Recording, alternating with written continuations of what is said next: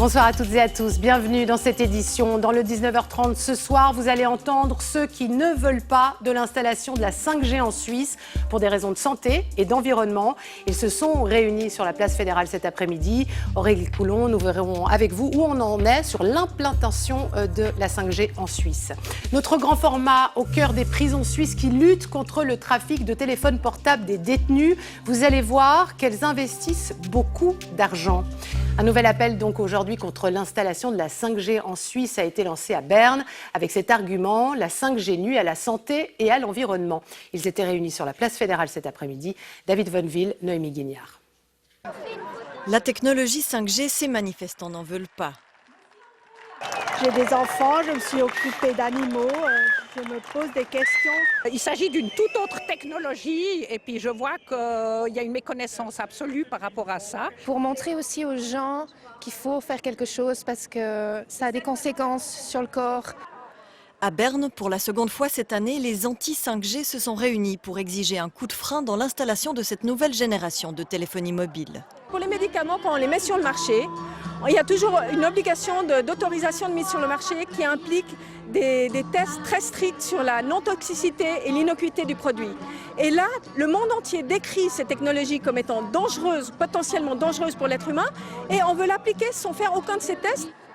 Depuis ce printemps, les anti et les pro-5G se livrent un combat musclé. Les uns de dénoncer les risques de nocivité pour la santé et l'environnement, les autres de vanter une technologie qui doit permettre l'avènement d'une société ultra connectée. En attendant son rapport en fin d'année sur le développement et les risques liés à la 5G, la Confédération tempère. Le déploiement actuel de la 5G se fait dans les gammes de fréquences que l'on utilise déjà aujourd'hui pour la téléphonie mobile et les réseaux sans fil. Les opposants, eux, dénoncent un gouvernement sous pression. Pour ouvrir le dialogue et trouver une solution, ils proposent une alternative qui éviterait la multiplication des antennes. Vu que la fibre optique est en train d'être able partout, profitons du fait qu'on a cet échange de données possible par fibre optique qui n'est pas nuisible. Et puis on installe à l'intérieur des femtocells, donc des cellules qui émettent vraiment très peu à la demande. C'est-à-dire que je peux les couper, je peux régler la puissance et puis si j'en veux pas, j'en mets pas. Cette solution permettrait selon les manifestants le libre choix de l'exposition au rayonnement électromagnétique. Aurélie Coulon, aujourd'hui concrètement, où on en est sur l'implantation des antennes 5G en Suisse? Alors, vous pouvez voir derrière moi la carte des implantations. La Suisse compte aujourd'hui 279 antennes 5G qui sont en fonctionnement, plus une cinquantaine qui ont été installées mais qui ne sont pas encore en activité. Au total, l'objectif des opérateurs, c'est 15 000 émetteurs déployés. On est loin du compte.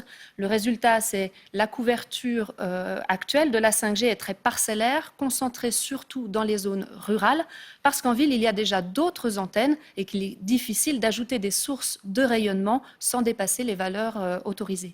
Aujourd'hui, les anti-5G dans la population ont réussi à ralentir le processus. Oui, la résistance, qui a d'ailleurs commencé en Suisse romande, a fortement ralenti ces derniers mois l'installation des nouvelles antennes 5G par les opérateurs. Et plusieurs cantons, Genève, Vaud, Jura, ont mis un frein aux autorisations.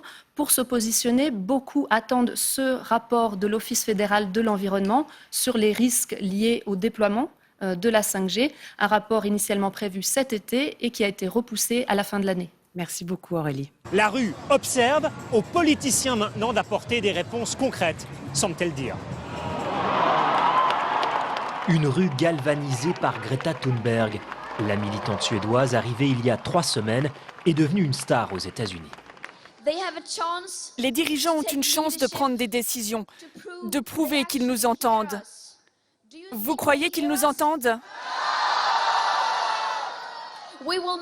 On va se faire entendre. Le grand format ce soir, les prisons suisses investissent massivement pour lutter contre le trafic de téléphones portables dans leurs murs. Un exemple, Zurich va investir 2,5 millions de francs pour équiper son pénitencier d'un système de détection. Des avocats montent au créneau. Noémie Guignard, Jean-Marc Berger.